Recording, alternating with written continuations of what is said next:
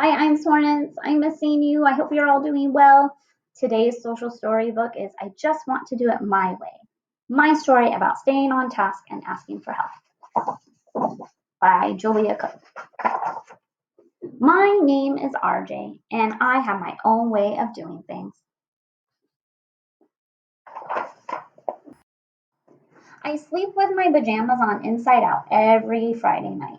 I put on both my shoes first, and then I tie them. I eat ice cream cones from the bottom up, even though it's messy. And I always say my math homework for last because I don't like doing math at all.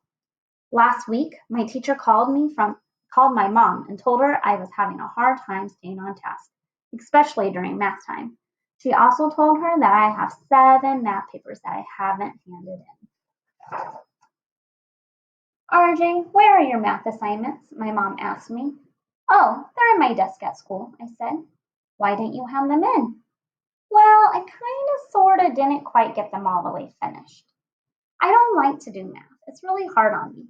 When my answer's 6, the right answer's 3, I'd much rather do anything other than math. I'd rather eat parsnips or even take a bath.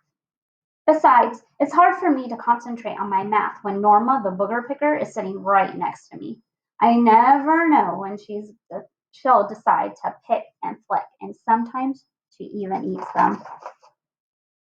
RJ, just because you don't like doing math won't make it go away. Math is very important in life, and you need to learn how to do it the right way. Do you ever ask your teacher for help?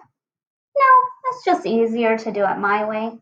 Besides, I don't want her to know that I don't get it. Well, RJ, I think she already knows. Last week in math, I asked Sam to help me, but he got a 10 when the answer was 3. Then my teacher got mad because we talked during math. So she moved Sam away to the back of the class. RJ, you need to ask your teacher for help when you don't understand something. I tried asking once, but we were taking a test, so she said, RJ, sit down and just try your best.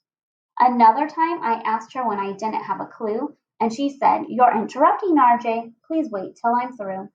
When my teacher finished talking, math time was over, so I never got the chance to ask her or show her.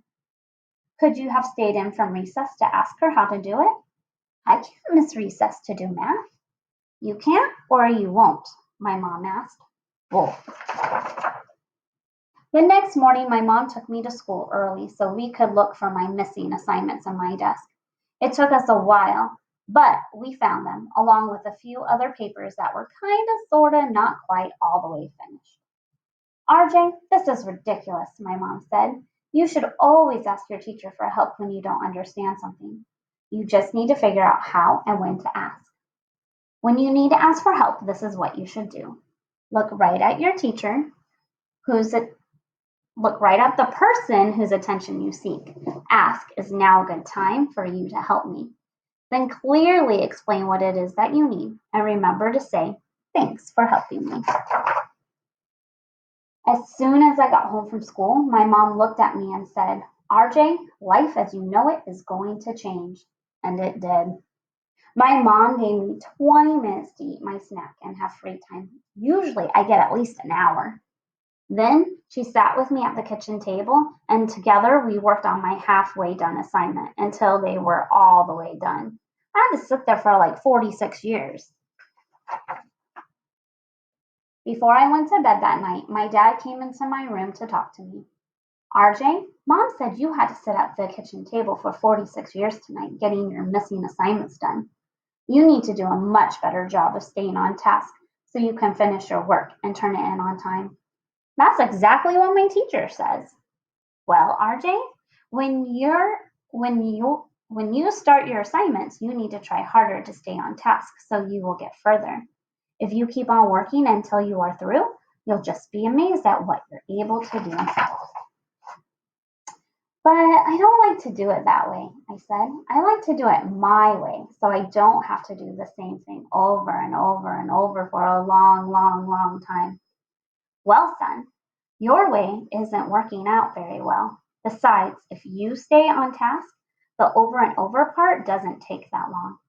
Yeah, Dad, but it's hard to think about math when Norma, I know, RJ, Mom told me. And sometimes during math, Rodney tries to burp the alphabet, and then everyone laughs. And then, RJ, when I mow the lawn, I get all of it done. I don't stop in the middle, even though it's not fun. I work very hard to finish my task, because if I quit too soon, we'll have crooked grass. Your way works okay for a kid who is little, but you're too big now, RJ, to stop in the middle, even if Norma is picking her nose or Rodney is trying to burp the alphabet.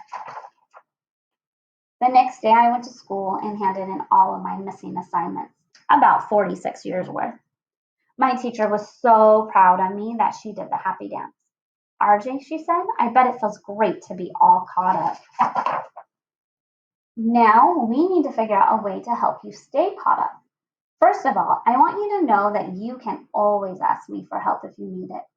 If I can't help you right when you ask, I will make sure I find another time that works for both of us. Now you need to do a better job of staying on task so you can finish your work and turn it in on time. That's exactly what my dad says, but I just don't like doing the same thing over and over and over for a long, long time. I just like to do it my way. Besides, Norma always, I know, RJ, but your way just isn't working. When you need to stay on task, you should take a good look at what it is you must do. Focus on each step and just think it through. Don't let others interrupt you or pull you away. Keep working on through, and on task you will stay. RJ, if you can stay on task, the over and over part won't take you as long. I think for now on, when it's time for you to work on your math, I'll let you go to the back of the room and sit in the verb villa. You'll have a little bit more space to wiggle while you are working, and the other kids won't distract you as much. So today, during math, I tried doing things a different way. I listened as closely as I could when my teacher explained our assignments. I understood just about all of it except for one little part. So I went to her after, waited for the perfect time, and then asked for her to help me. I remembered to tell her thank you, just like my mom said. Then I went to the back of the room and did my math in the verb villa. I got all of it all the way done, and I even understood it. And the best part of all is I didn't have to worry about Norma's picking or Rodney's burping. I looked at my teacher and thought, wow, could it be? Now this is a teacher who really gets me. She's willing to help me each time that I ask, and she'll go out of her way to help keep me on task. A new way of doing things is just what I needed, and with the verb villa's help, I'm sure to succeed. It feels great to be caught up and not be behind. Now my over and over won't take so much time, and hopefully I won't have to spend another 46 years, 6 nights at the kitchen table. All right, Hornets, I want you to think, how are you staying on task when you're at home trying to learn? And how are you staying on task when you're doing chores and helping out around the house? And how are you asking for help when you need it? Because everybody needs help from time to time, and we should never be afraid to ask. All right, Hornets, be safe, and I hope to see you soon. Bye.